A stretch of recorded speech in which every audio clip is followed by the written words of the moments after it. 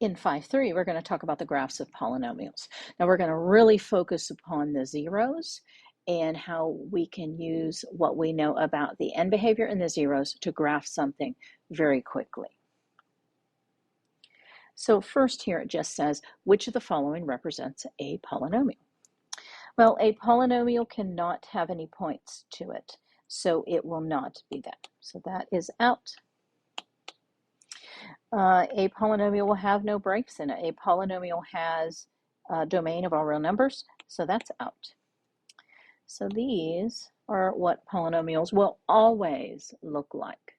Now, if the lead term is even, our ends will either both go up or both go down. So I know that one has an even lead term degree. This one is an odd. I know this has a front coefficient that's negative, this has a front coefficient that's negative. So I know a lot just by looking. It says it's written in factored form to determine the x and y intercepts. So remember our x-intercepts, you're just going to set the function equal to 0. The y-intercepts, you're going to plug in 0. So this one, y equals 0. This one, x equals 0. So let's do the y-intercept first. We just get to plug in 0. So it's just going to be negative 2 times 1 times negative 4, or 8. So we hit the x-axis. We hit the y-axis at the point 0, 8. Now, mathematically, usually our x-intercepts are a little bit harder, but not if they've put it into factored form. Because f of x will equal 0 when that whole function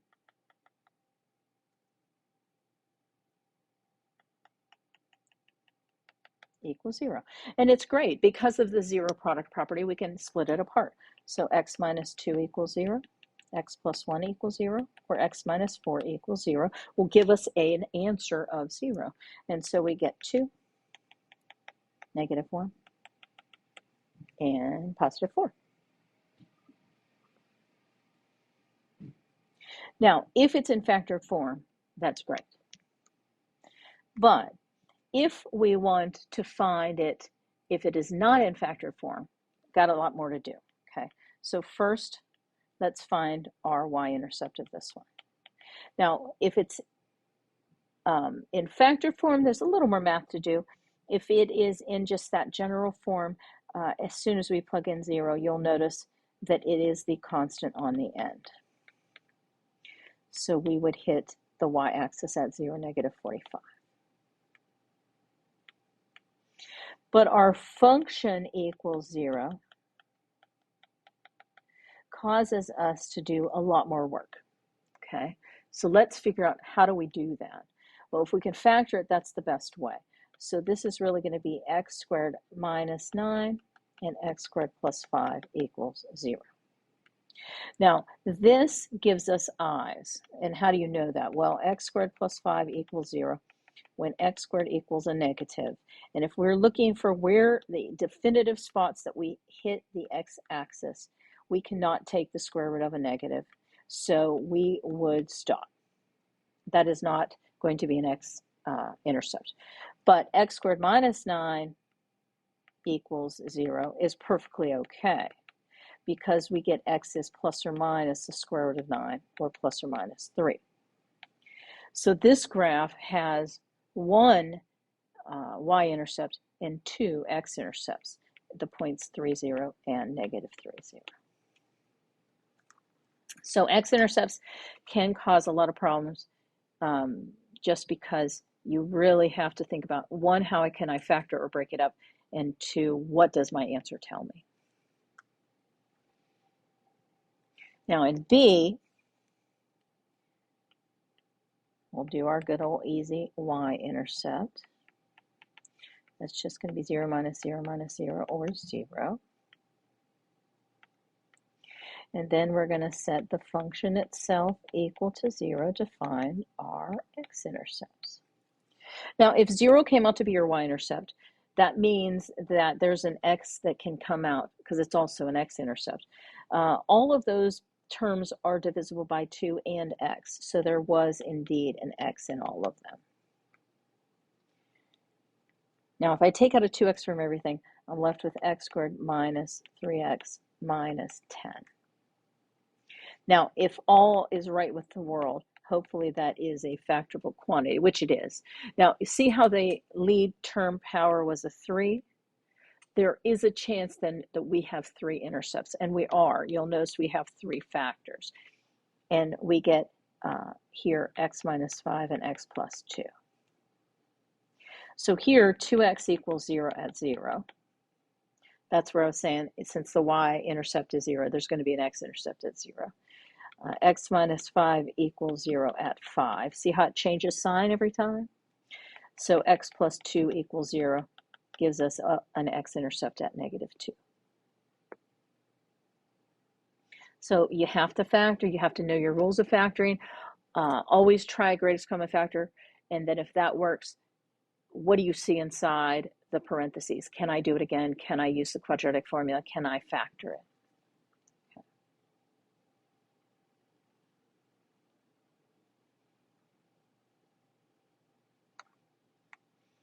Now, it says find the x-intercepts. Now, I know we have a graph, but I would just want to kind of show how to do this. So you're going to set the function equal to 0.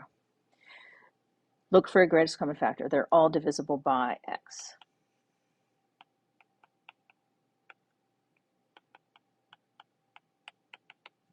Hope that this middle piece factors again.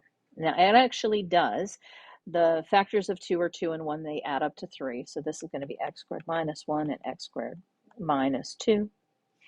And then break it apart. Where does x squared equal 0? Where does x squared minus 1 equal 0? Where does x squared minus 2 equal 0? Well, this one is plus or minus the square root of 0. This one is plus or minus the square root of 1, or plus or minus 1. This one is plus or minus the square root of 2, which plus or minus square root of 2, they're just values. The square root of 2 is, I think, about 1.4. Yeah, so look at our graph. The highest power was 6. We ended up with 1, 2, 3, 4, 5 places that we hit the x-axis. See how they're all even? That means this graph has y-axis symmetry. You'll notice that it's a perfect fold like a butterfly down the y-axis. It hits at 0. It hits at negative 1 and positive 1. Negative square root of 2 and positive square root of 2 over 2. See how here it bounces off of 0? What happens is if something appears twice, so that's really plus or minus the square root of 0. Well, positive square root of 0 is 0. Negative square root of 0 is 0. It's twice. It's a multiple that it happened twice. It will always bounce off of the x-axis like a bouncy ball when that happens.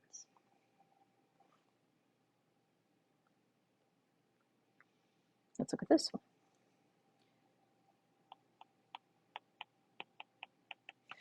If we want to find the x-intercepts, you've got to set that equal to 0.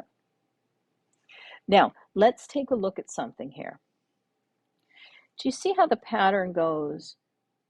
1, 5, 1, 5. That's a really good sign that I can use something called grouping. So let's group these two together, pull out a greatest common factor. These two together, pull out a greatest common factor. Now, when we don't have anything good, but this is positive and this is negative. See how these signs went positive, negative, but these ones went negative, positive. When that happens, take out a negative 1. Okay, now when we take out an x squared from the first two, we're left with x minus 5. When we take out a negative 1 from the last two, we're left with x minus 5. Now you know you're right in grouping if these two are a perfect match. Because if those two are a perfect match, we can remove those. And what are we left with? Well, we're left with this piece and this piece. We're left with an x squared minus 1. Now let's think about y. We took this out, we took this out. What's left? X squared minus 1.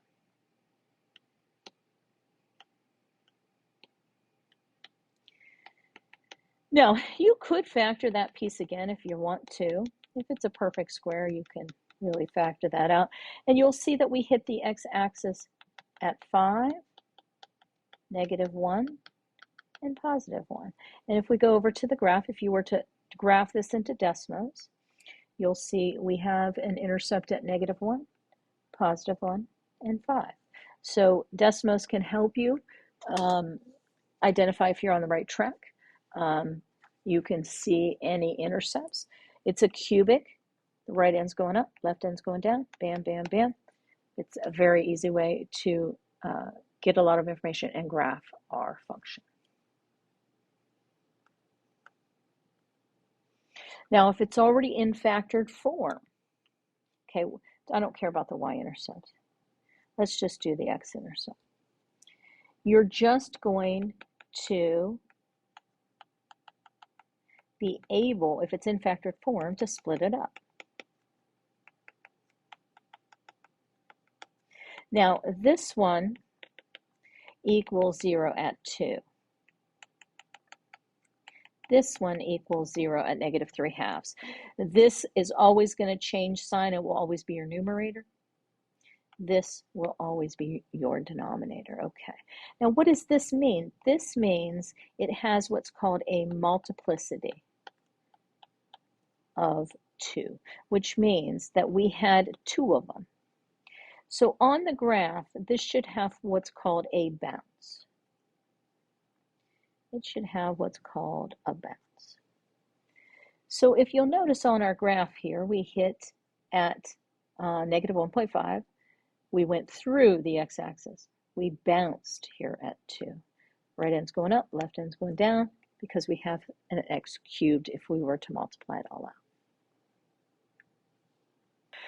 So it says write a quadratic whose only 0 is 13. So the rule of thumb is it's going to be x minus the 0 times x minus the 0, however many of those you need to make your function. So if our 0 is 13, we know the 0 has to go in that spot. The quadratic means that it is a square. So our function would be x minus 13 squared, because we would need 2 of them to make it a quadratic, and the only factor would be a 13. You could also write it as x minus 13 times x minus 13 is another option.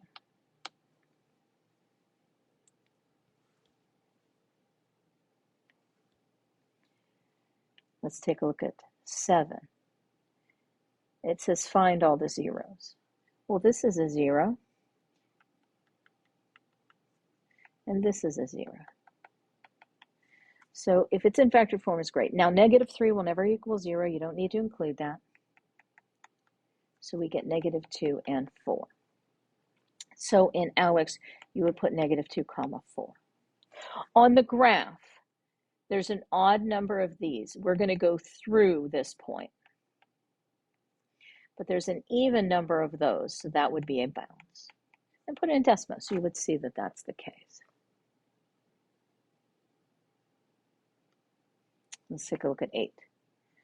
It says, suppose that the polynomial f is defined as follows. List each 0 according to its multiplicity in the categories below. Okay, so I'll talk about that in a minute. They didn't list what the categories are, but I think I know what they're talking about. Okay, so first you take x minus 12 equal to 0. You get 12. Now that one is going to be a bounce because there's 2 of them. Now x plus 11 equals 0 at -11. That's going to be a strike through. You're going to go through the x-axis because there's just one of them. Odd number means you go through. Even number you bounce off of. So x minus 6 equals 0 happens at 6. And that multiplicity, because it's a 2 right here, that's what I mean by multiplicity, we are going to bounce.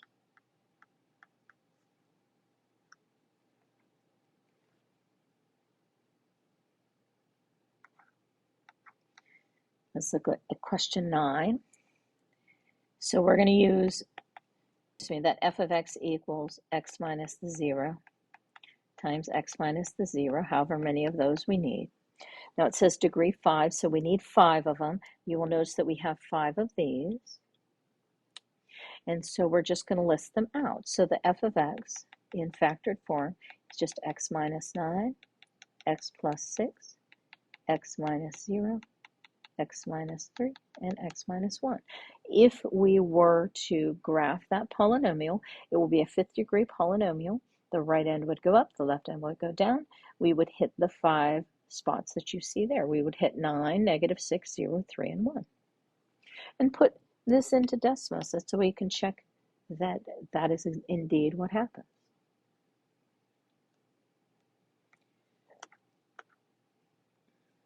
Let's look at 10. It says find all y-intercepts and x-intercepts.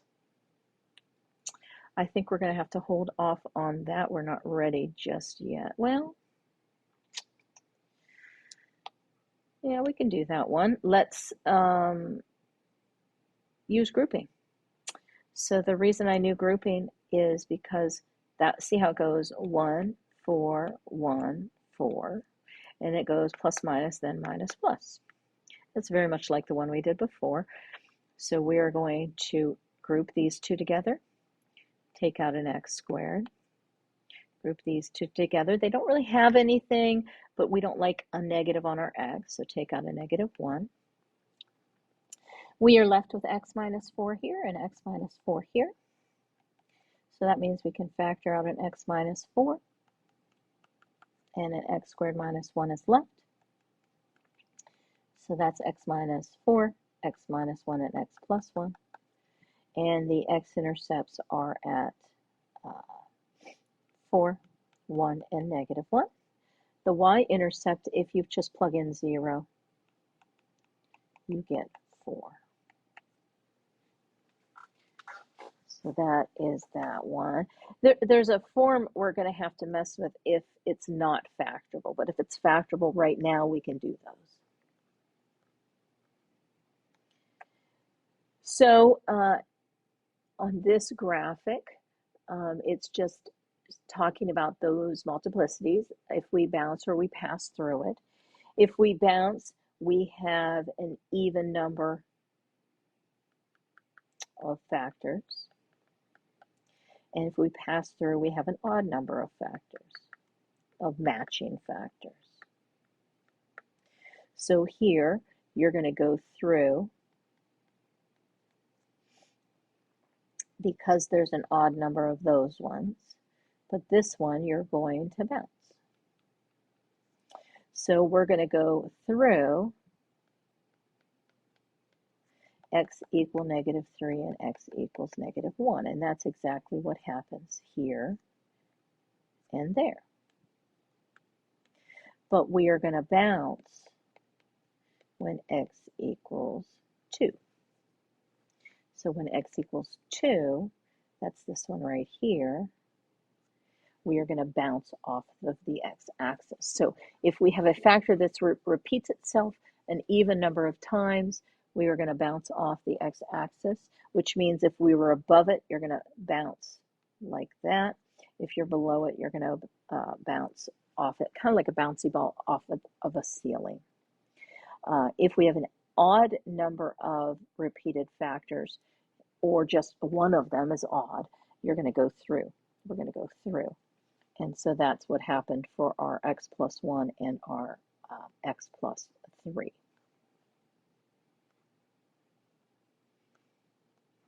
So now let's look at example 6. It says use the graph to identify the zeros and their possible multiplicities.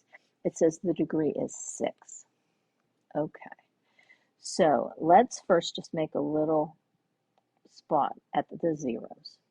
Now our degree is 6. Okay. So this is even, that's a bounce. So at x minus 3, there is a bounce. So this is going to be even.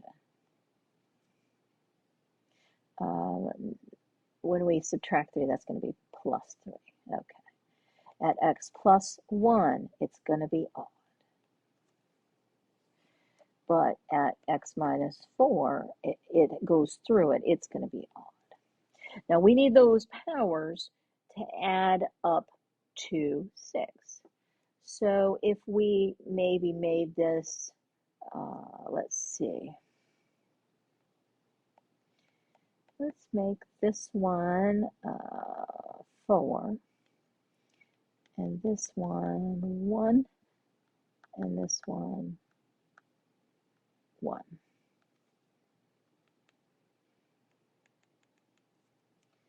Now, there's other possible multiplicities you can have. You know, as long as they add up to 6, 4, 1, 1 is possible.